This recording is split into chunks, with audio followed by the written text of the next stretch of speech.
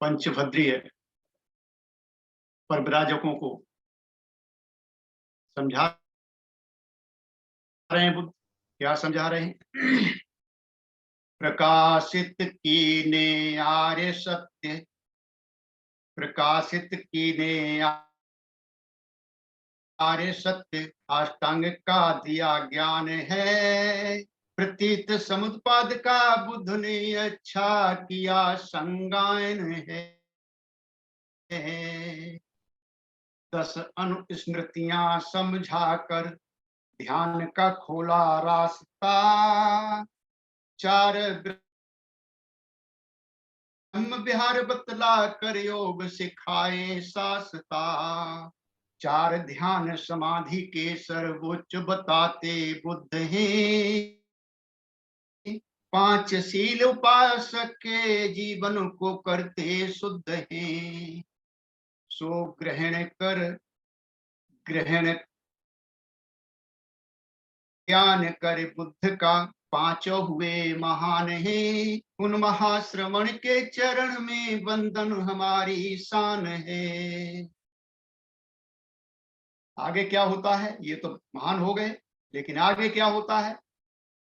शमशान समुद्रस्य देख, शमशान समुद्रस्य देख मन में विराग जागा है। पहुंचा यश शरण बुद्ध की निशा में प्रसाद त्यागा है। यश किया अदृश्य बुद्ध ने श्रेष्ठी को धम्म पढ़ाया है। धम्म सुन अरहत हुआ यश शास्ता ने जान पाया है। यश को कर दृश्यमान श्रेष्ठी गृह भोजन किया। आज्ञा ले माँ पित्र से शास्ता संग विचरण किया। सुमित्र 4 लिए साथ में निधि अनोखी जान है। उन महाश्रमण के चरण में वंदन हमारी शान है। उन महाश्रमण के चरण में वंदन हमारी शान है। उन महाश्रमण के चरण में वंदन हमारी शान है।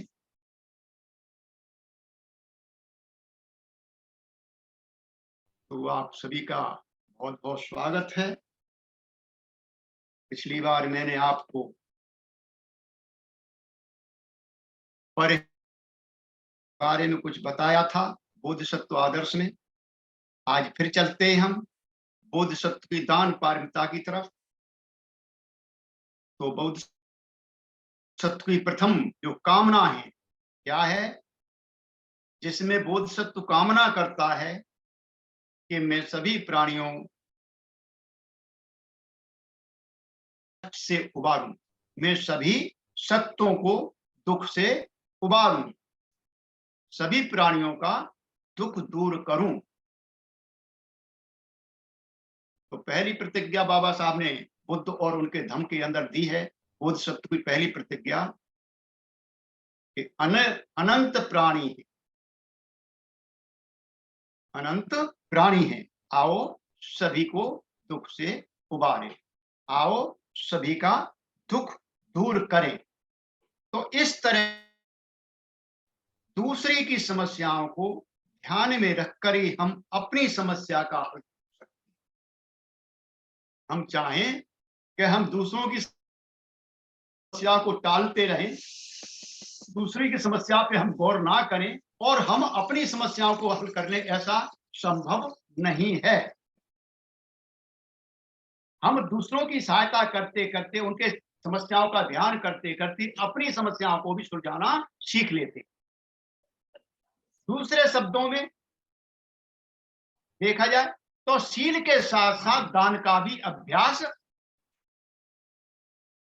होना चाहिए। ठीक है, हम शील का पालन करेंगे, पंचशील हमको दिया गया है, पंचशील का पालन करेंगे। 10 शील हमको दिए गए, 10 शील का पालन करेंगे। लेकिन शील का पालन कब होगा? जब हम उनके साथ साथ दान का भी अभ्यास करें,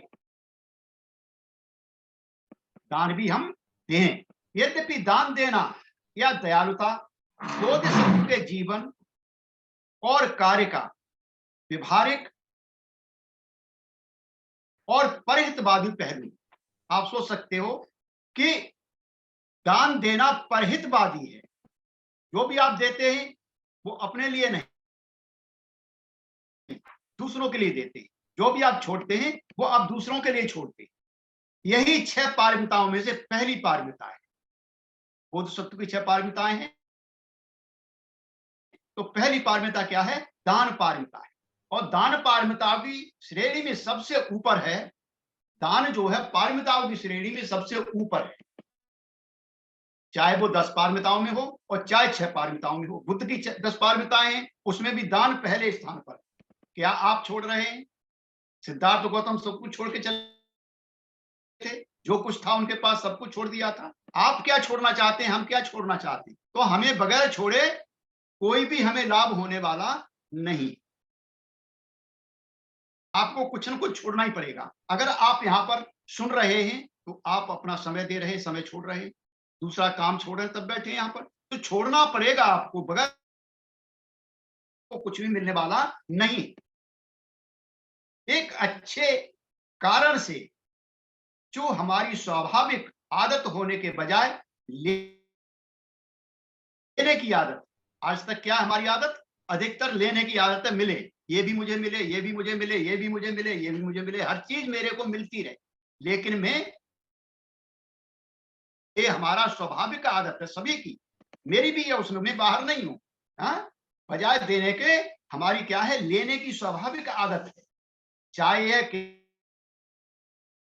भी संदर्भ में, चाहे घरेलू हो, चाहे व्यावसायिक हो, चाहे खेल में हो, चाहे मनोरंजन में हो, जब कोई प्रस्ताव आता है तो हमारी अधिकांश प्रतिक्रिया है क्या होती है कि इसमें मेरे लिए क्या है, मुझे क्या फायदा होने वाला है, मैं किस प्रकार से आगे बढ़ूंगा। ये हमारे मन के अंदर चलता रहता है। मेरा ही प्रभुत्व होना चाहिए, मेरा ये नाम होना चाहिए, मैं ही आगे जाना चाहिए, मुझे क्या मिला इससे। तो यह ग्रहण करने का आग्रह हमेशा हमारा बना रहता है। जो लेने का हमारा जो आग्रह है वो हमेशा हमारा बना रहता है। ये स्वाभाविक आदत है हमारी। इसे जीवन चक्र में इसलिए केंद्र पर दिखाया गया है, भव चक्र के अंदर केंद्र में दिखाया गया है। समझ सकते हैं आप? जीवन चक्र में इसलिए केंद्र पर दिखाया गया है क्योंकि तृष्णा का हमारे जीवन में, जीवन यापन में महत्वपूर्ण स्थान। हम तृष्णा से बच नहीं सकते। तृष्णा हर समय हमारे पीछे लगी रहती है। हमारा जीवन यापन तृष्णा के कारण ही हो रहा है। चिंतन कर सकते हैं, बहुत महत्वपूर्ण स्थान है। वास्तव में तृष्णा ही हमारे जीवन पर शासन करती, तृष्णा ही चाहते ही हमारे जीवन पर शासन करती।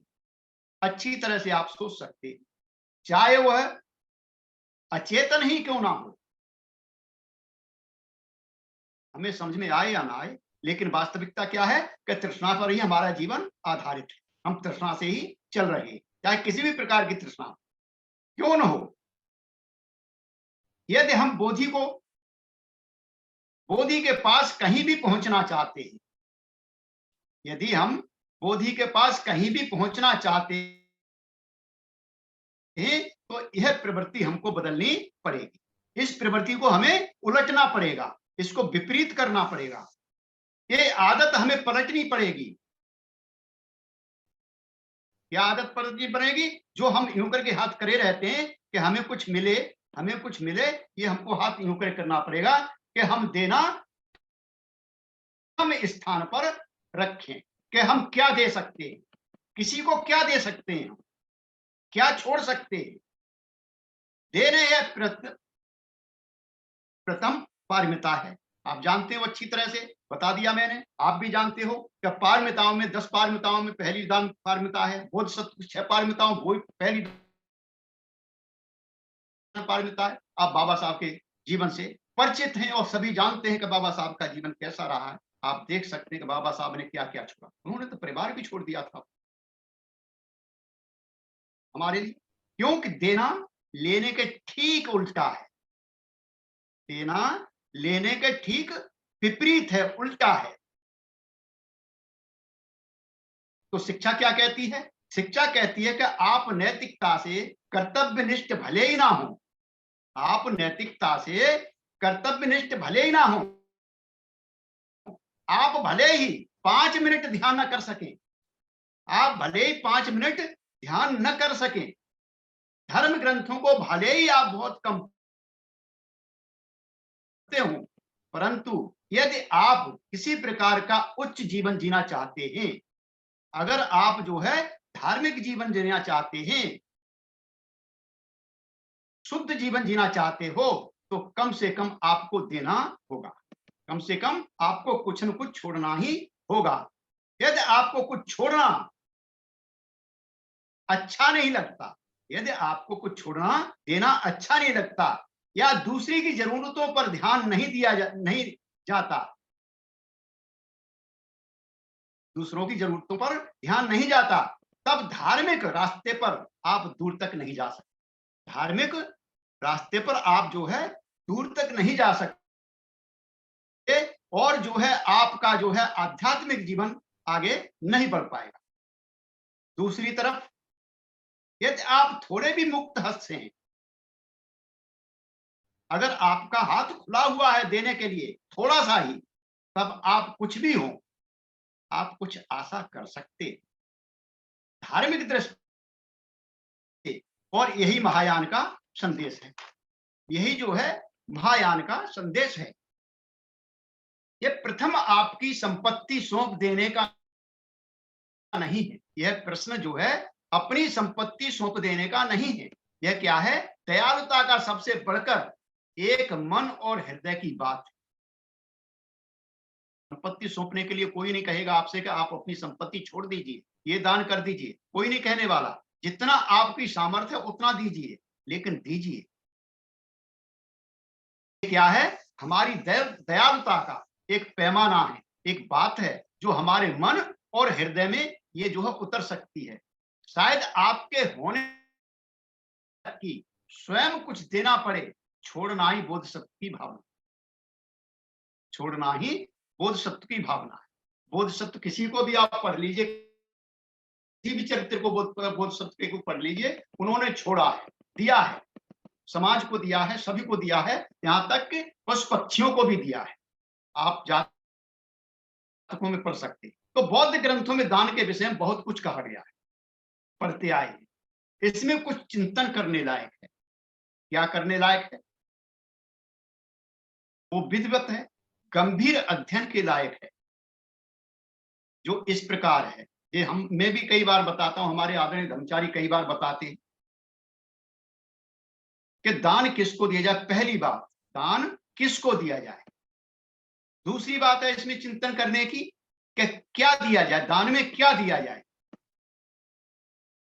और तीसरी बात है कि दान कैसे दिया जाए। और चौथी बात है दान क्यों दिया जाए।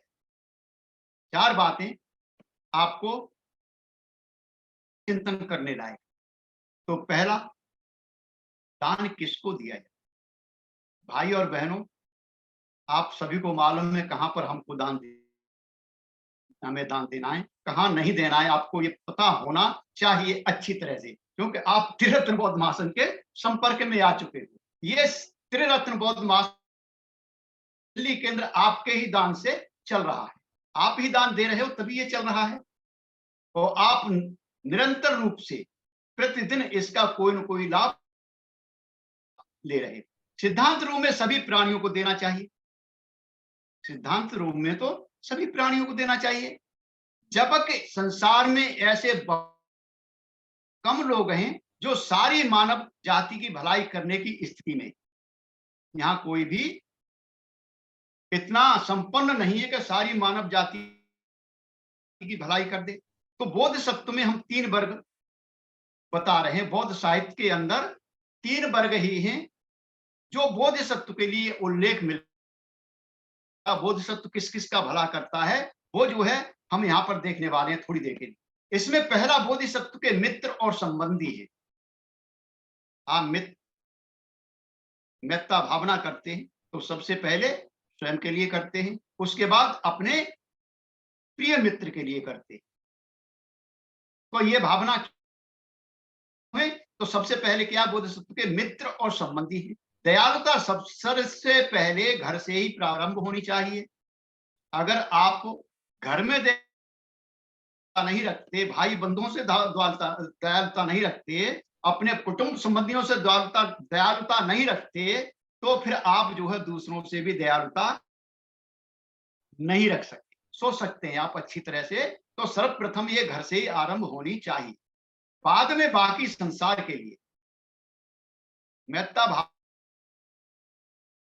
भावना भी हम स्वयं से प्रारंभ करते हैं और धीरे धीरे संपूर्ण ब्रह्मांड तक हम जाते हैं।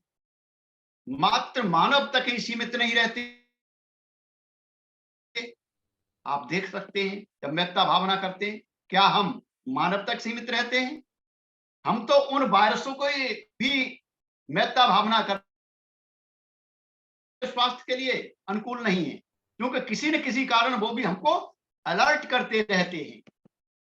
अगर हम उनको सकारात्मकता के हिसाब से लेंगे तो भी हमको सचेत कर रहे हैं कि सचेत रहिए, मैं अटैक करने वाला हूं, मेरे अटैक को काटिए।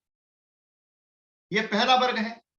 दूसरा वर्ग जो बोधिसत्व है, वे हैं निर्धन, बीमार, घायल, निसहाय, जिनमें पशु पक्षी भी, अन्य जो भी प्राणी हैं, सभी को शामिल किया जा सकता है। ये दूसरे स्थान पर बोधिसत्व के कृपा के पात्र हैं, उनको भी मिलनी चाहिए। और तीसरा वर्ग जिसे बोधिसत्व दे सकता है, वे हैं वे लोग जो धार्मिक कार्य करते या आध्यात्मिक कार्य में जुटे हुए, जो आपको मार्गदर्शन दे रहे हैं, जो आपको मार्ग बता रहे हैं। वे कोई भिक्षु हो सकते हैं, लामा हो सकते हैं, धार्मिक शिक्षक हो सकते हैं।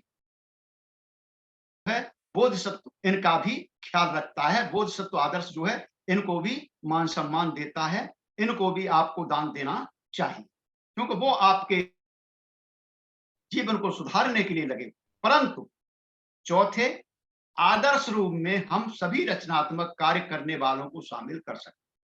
इसके बावजूद भी कुछ और रह जाते हैं, जिनमें जो रचनात्मक कार्य करते हैं हमारे लिए, हमारे जीवन के लिए, जिनमें उच्चतम मूल्यों की अभिव्यक्ति होती है। वो चाहे चाहे कलाकार हों, चाहे संगीतकार हों, चाहे लेखक हों, यह सहायता बिना किसी शर्त के होनी चाहिए। जो भी हम सहायता कर रहे हैं वो बिना किसी शर्त के होनी चाहिए, कोई उसमें शर्त नहीं होनी चाहिए। अगर बाबा साहब ने बुद्ध और उनका धम्म न लिखा होता तो हिंदी भाषी पट्टी के अंदर शायद इतना धर्म प्रचलित नहीं हो। इसलिए इसको भी हमें उस सहायता में शामिल करना चाहिए। यह है हमारा पहला कि हम क्या दे सकते हैं। दूसरा है वो हम किसको दें, तो आप समझ गए होंगे किस किस को हमको देना है। दूसरा है क्या दें या क्या दिया जाए, क्या दे सकते हैं। इसमें जो भी हमारी सीमा में आता है, जो भी हमारे सीमा में आता है, जो भी हमारे पास है, जिसको हम दे सकते हैं, उस चीज को आप ले सकते हैं, दिया जा सकता है। परंतु यहां पर 6 की सूची बनाई गई है। क्या है उसमें? सबसे पहले क्या है जिसे हम दान दे सकते हैं कि इसका आरंभ हमारी मूल आवश्यकताओं से होता है। और मूल आवश्यकता क्या है? खाद्य, वस्त्र और रहने का बसेरा, रहने का स्थान। इसको हम दान दे सकते हैं। सभी बौद्ध संप्रदायों में दयालुता और आप भगत का प्रतिदिन का नियम है। कुछ न कुछ दान दिया जाता रहना चाहिए ताकि अभ्यास बना रहे। पढ़ने का आप अभ्यास डालिए तो पढ़ते चले जाएंगे। अगर आपने एक दिन छोड़ दिया, दूसरे दिन अपने आप किताब नहीं आएगी आपके हाथ में। इसलिए कुछ न कुछ हमें देना चाहिए, अभ्यास बना रहेगा। चाहे वह खाना ही क्यों ना हो, चाहे वह पानी ही क्यों ना हो, लेकिन दीजिए। कोई भिक्षु या मांगने वाला गरीब दिखाई दे तो उसे कुछ देना चाहिए, भले ही थोड़ा हो, पैसा या अन्य वस्तुएं। जो आप दे सकते हैं, जो आपकी सीमा में, पहले बोल दिया गया, आपकी सीमा में जो है उसे आप दान कर सकते हैं, दे सकते हैं। इससे देने की आदत बन जाती और दयालुता प्रतिदिन के ताने बाने का भाग बन जाती, ये हमारी आदत में बन जाती। दूसरी चीज क्या हम दे सकते हैं? अभय दान दे सकते हैं। यह बहुमूल्य दान है, यह सकारात्मक गुण है। हम ढांढस बढ़ा सकते हैं, हम दोस्ती कर सकते हैं, हम हौसला बढ़ा सकते हैं, उसमें ऊर्जा उत्पन्न कर सकते हैं, प्रेरणा दे सकते हैं, उसको निर्भय कर सकते हैं, हम अपना सहारा दे सकते हैं, उनका जो भय है उसको खत्म कर सकते हैं। जो किसी के पास है वही तो दे सकता है। अगर मेरे पास कुछ नहीं होगा तो मैं क्या दूंगा? हाँ, सोच सकते हैं। यह सत्य है। जो साहस आप में नहीं है वह आप दूसरों को कैसे दे सकते हैं? जो चीज आपके पास है ही नहीं उसे आप कैसे दे देंगे दूसरों को? परंतु सवाल है कि बौद्ध परंपरा में निर्भयता का दान देने का उल्लेख क्यों करती है? बौद्ध परंपरा जो है निर्भयता का दान देने का उल्लेख क्यों करती है? भाई और बहनों, क्या बुद्ध के समय इसकी क्या आवश्यकता थी? हम देखते हैं, जो भय, जो डर आज है उस समय भी थे।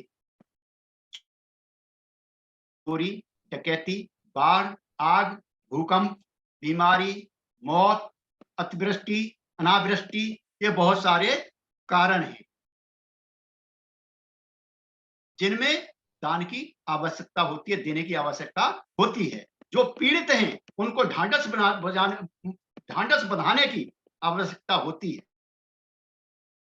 आज के समय में तो और भी अधिक भयावह हो गया है, बहुत खराब स्थिति है। क्या है? आज हम परमाणु युग में हैं, न्यूक्लियर युग में हैं, परमाणु से भी ऊपर पहुंच गए। एक राष्ट्र किसी भी प्रकार के भय से ग्रस्त रहता है, कब कौन आक्रमण कर दे। अभी संपूर्ण जगत कोरोना जैसी बीमारी से ग्रस्त रहा है, वो आप देख रहे हैं कि फिर कह रहे हैं कि जनवरी से फिर लॉकडाउन होने वाला है, जनवरी में फिर लॉकडाउन होने वाला है। तो ये क्या है? हर समय भयभीत हम रह रहे हैं। अभी ग्रस्त रहा है, अभी भी इसका खतरा टला नहीं है। अगर हम स्वयं भारतवर्ष के संदर्भ में देखें तो यहाँ हर मानव डरा हुआ दिखाई देता है। यहाँ हर मानव डरा हुआ दिखाई देता है। कोई भी मानव ऐसा नहीं है जो निर्भय हो। कुछ न कुछ भय लगा हुआ है उसके पीछे। किसी को कुर्सी का भय है, किसी को धन का भय है, किसी को किसी का भय है, किसी को किसी का भय है। हर व्यक्ति यहाँ पर डरा हुआ दिखाई देता है। कारण कुछ भी हो, मगर हर भारतीय डर के साए में जीवन यापन कर रहा है। किसी को किसी पर भरोसा नहीं है या बहुत कम भरोसा है, स्वयं पर भी भरोसा नहीं है। सच्चे आत्मविश्वास की कमी अधिकतर मानव में दिखाई देती है, जो आशंकाओं से के शक्तिशाली मनोविकारों के उभर आने के कारण उत्पन्न होता है। इनका समाधान करना पड़ता है। इनको हमें स्वीकारना और स्वीकार कर समाधान करना होगा। यहाँ कल्याण मित्र हमारा कुछ सहारा दे सकता है और वो कल्याण मित्र ही है जो हमको आश्वासन देता है कि निदान संभव है। हमारे कल्याण मित्र कौन है? बुद्ध। हमारे कल्याण मित्र कौन है? साहब। हमारे कल्याण मित्र कौन है? भंते जी, जो हमें आश्वस्त कर रहे हैं कि निदान संभव है, चिंतित होने की बात नहीं है, चिंता मत करिए। जो लोग धम्म का अभ्यास करते हैं उनमें समय समय पर भय की अनुभूति उत्पन्न होती है। हो सकता है यह भय बचपन से चला आ रहा हो या किसी पूर्व अस्तित्व के कारण हमारे मूल में हो, हमारी जड़ में हो। बोधिसत्व सकारात्मकता का कवच पहनता है ताकि वह सभी सत्यों को अपने चारों ओर एकत्रित कर सके। आप बाबा साहब के जीवन से परिचित हो सकते हैं, भंते जी आपके सामने रहे हैं, परिचित हो सकते हैं, एकत्रित कर सके और भयमुक्त कर सके सभी सत्यों। हम स्वयं बोधिसत्व बाबा साहब के रूप में अपने उद्धारक को देख सकते हैं, जिन्होंने भारतीय जनमानस को भयमुक्त कर दिया। आप आज भयमुक्त है, काफी हद तक भयमुक्त है, आप देख सकते हैं। तीसरा प्रकार दान का, जिसकी बोधिसत्व कामना करता है, शिक्षा और संस्कृति। एशिया महाद्वीप में बौद्ध धर्म जहां भी गया, मात्र धार्मिक जीवन को ही प्रभावित नहीं किया, बल्कि कला और ज्ञान को भी, और सभी प्रकार के ज्ञान को भी उसने प्रभावित किया। वैसे धर्म और संस्कृति में विशेष अंतर नहीं है। कला और विज्ञान के द्वारा दिल और दिमाग को उत्तम बनाया जाता है। आप देखते हैं, अभ्यास करते हैं आप शिविरों में जाके, तो वहां क्या किया जाता है, बड़ी अच्छी सराहना बनाई जाती है, कलात्मक है। उससे हमारा दिमाग क्या होता है, बड़ा फ्रेश होता है, बहुत हमारा दिमाग जो है उच्च बनता है वहां पर, ताकि हम दो धार्मिक सच्चाई नजदीक से देख सकें, उनको उनमें समाहित हो सके। बाबा साहब ने हमें स्थापित संस्कृति से हटकर नया परिवेश दिया है। जिस संस्कृति में हम जी रहे थे, जिस संस्कृति में हम प्रताड़ित हो रहे थे, उस संस्कृति से हटा दिया बाबा साहब ने, एक नया परिवेश दिया है, एक नया हमको मौका दिया है कि आप चलिए इस पर बढ़िए। और चौथा क्या है, बोधिसत्व कुछ अवसरों पर अपने प्राणों को भी निछावर करता है, अपने प्राणों की भी बाजी लगाता है, अपने प्राणों का भी दान करता है, जो अनेकों जातक कथाओं में आपको देखने को मिलता है। उदाहरण के लिए बोधिसत्व वैशंतर स्वयं के साथ साथ अपनी पत्नी और अपने पुत्र को भी दान में दे देता है। आज भारत में भी देख सकते हैं कि बौद्ध धर्म के प्रचार प्रसार में लगे लोगों को तरह तरह से कठिनाइयों का सामना करना पड़ता है। कई देशों में तो आप बुद्ध के धम्म की पुस्तकें भी नहीं पढ़ सकते। अनारिक धम्मपाल का आप जो है उदाहरण ले सकते हैं, और यहाँ भी भारत में भी आप ले सकते हैं। कई स्थान आपको मिल जाएंगे जहां आप बौद्ध धर्म की बात नहीं कर सकते, आपको खाने को आएंगे, आप जो बुद्ध की बात नहीं कर सकते, आपको खाने को आएंगे। आज आप अपने देख सकते हैं अपने आसपास। दान का अगला पहलू पुण्य दान का है, पुण्य दान भी कर सकते हैं। बाद में यह काफी प्रचलित है, स्वयं कमाया हुआ पुण्य किसी को दान कर देना। यहाँ एक अच्छा विचार हो सकता है जो अच्छाई के लिए प्रेरित करता है। इसके लिए हम जा सकते हैं। एक जैन साधु, दो जैन साधु थे, दोनों मित्र थे, साधु हो गए। साधु होने के बाद एक तप करने लगा, बहुत उसने तप करके अपना पुण्य कमाया, बहुत कठिन जीवन बिताया उसने। लेकिन दूसरा साधु पैसे वाला था, पैसा बहुत था उसके पास में, उसने मेहनत नहीं की, उसने कोई पुण्य नहीं कमाया, कोई उसने तपव्रत नहीं किया। तो जब उसने तपव्रत करके पुण्य कमा लिया और अंत में उसने क्या किया कि अपना त्याग दिया।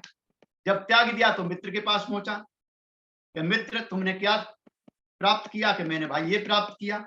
उसने कहा कि तुमने क्या प्राप्त किया? कुछ भी नहीं किया, मैं तो घर पे बैठा हुआ हूँ संपत्ति पे। कि अब ऐसा करो कि मेरा पुण्य कुछ दान ले लो, और मुझे पैसे की जरूरत है, मैं अब जो है साधुपना छोड़ दिया है मैंने, अब मैं जो है गृहस्थ जीवन जीना चाहता हूँ। कि ठीक है, तुम अपना पुण्य मुझे दे दो, मेरा पैसा आप ले लो। तो वो जो है उनके पुण्य के बदले उन्होंने पैसा लेकर के अपना व्यापार बढ़ाया। ऐसी कथाएं आपको पढ़ने और सुनने को मिल जाएंगी। अंत में हम धर्म दान पर आते हैं, जिसे सत्य का दान कहते हैं। यह सबसे बड़ा दान है। हम स्वयं का दान कर दें, बहुमूल्य पुण्य को भी बांट दें, फिर भी सबसे बड़ा दान सत्य का दान है, जिसे हमने बड़े प्रयासों से कमाया है, जिसे हमने बड़ी कठिनाई से जाना है, बड़ी तपस्या से अपने को पीड़ित करके इसको जान पाया, बड़ी मुश्किल से सत्य पाया है। शिक्षा दान शब्दों द्वारा या नियम का उदाहरण द्वारा भिक्षुओं, लामाओं या आधुनिक धर्मचारियों का कर्तव्य है। बाबा साहब ने इसके लिए हमें सभी प्रोत्साहित किया है और आजाद किया है कि किसी को भी सत्यता से अवगत कराने के लिए बाबा साहब कहते हैं, क्या कहते हैं? कि बौद्ध धर्म का प्रचार प्रसार करना ही सच्ची मानव सेवा है। अगर आपको कुछ सच्चाई का पता चला है तो उसको तुरंत अपने मित्रों में बांटिए, जिसे आप समझ रहे हैं उनको दे दीजिए, उन्हें बांट दीजिए। ऐसा ये जो है सत्य का दान है। ये था कि क्या देना है। अब क्या देना तय करने के बाद तय करना है कि कैसे देना है। सवाल आ गया चौथा कि कैसे देना है। तो प्रथम तो है कि सम्मान पूर्वक देना है, सम्मान के साथ देना। भले ही आप किसी को दे रहे हो, गरीब को दे रहे हो, लेकिन आपके मन में उसके प्रति सम्मान होना चाहिए। आप कम या अधिक दें, पर सम्मान पूर्वक दें। किसी प्रकार का अभद्र व्यवहार ना करें, उसकी हैसियत का आकलन ना करें। एहसान की भावना नहीं होनी चाहिए। यह भी होना चाहिए कि देने के बाद आपको पछतावा ना हो, बल्कि प्रसन्नता हो। आप दान देते हैं, वो बार बार उसको उजागर करने के लिए प्रयासरत रहते हैं, यह ठीक नहीं। कहीं हमने दे दिया दान तो बार बार उसको उजागर करते हैं, ये बात ठीक नहीं है। आगे दोस्त या दुश्मन को एक जैसा देना है कि नहीं, ये मेरा फ्रेंड है, इसको अधिक दे दूं, ये मेरे इससे मेरी बनती नहीं है, इसको जरूरत ज्यादा है लेकिन उसको मैं कम दूं। ऐसा नहीं होना चाहिए। एक जैसा मानकर दें, कम या अधिक न आंकें, अच्छाई और बुराई का भी भेद ना करें। सब जगह सब समय दें, परंतु पाने वाले की आवश्यकता या मांग के अनुसार ही दें। जितनी उसको जरूरत है उतनी ही दें, उससे ज्यादा दोगे तो ठीक नहीं हो। अंत में आता है कि क्यों दें। अंत में आता है कि क्यों दें। कुछ लोग नाम कमाने के लिए देते हैं, पट्टिका पर नाम आना चाहिए, सबसे ऊपर नाम आना चाहिए मेरा। देते नहीं देते पट्टिका पर नाम लिखाने के लिए। लेकिन बुद्ध कहते हैं कि नेक जीवन जीने का अच्छा मिलता है, परंतु यह अर्थ नहीं कि हम अच्छे फल के लिए जीवन जी। बुद्ध कहते हैं कि जो भी आप अच्छा काम करेंगे उसका फल मिलेगा और अच्छा ही फल मिलेगा। लेकिन इसका मतलब ये नहीं कि हम अच्छे फल के लिए काम कर रहे हैं। उचित होगा कि हम स्वीकार है कि उदारता से यदि कुछ फल मिलता है तो वह लालच पर नियंत्रण, अर्थात बोधि के थोड़ा करीब पहुंचना होगा। हमारे लालच पर नियंत्रण होगा और हम जो बोधि के थोड़ा समीप पहुंचना होगा। केवल अपने लिए ही नहीं, अपितु सभी प्राणी मात्र के लिए। यह प्रेरणा या मनसा की बात है। अब साधारण देने से दान पारमिता की ओर ले जाती है। इसका अर्थ है वह जो उस पार ले जाए। देने का मतलब है वह जो उस पार ले जाए। उस पार क्या है? निर्वाण है। इस पार हम बैठे, अभी हम कहां बैठे? चक्र में बैठे हैं, लेकिन भव चक्र से हमको निकलना है, उस पार जाना है, तो निर्वाण है। यह है दान पारमिता, जिसमें निहित है सत्य का दर्शन है, सत्य की अनुभूति है। तो भाई और बहनों, आपने ये मेरी बोध सत्व की दान पारमिता के बारे में मैंने आपको कुछ बताया। उम्मीद करता हूं कि आपने ग्रहण किया होगा और मैं अपनी वाणी को यहीं पर रोकता हूं। आप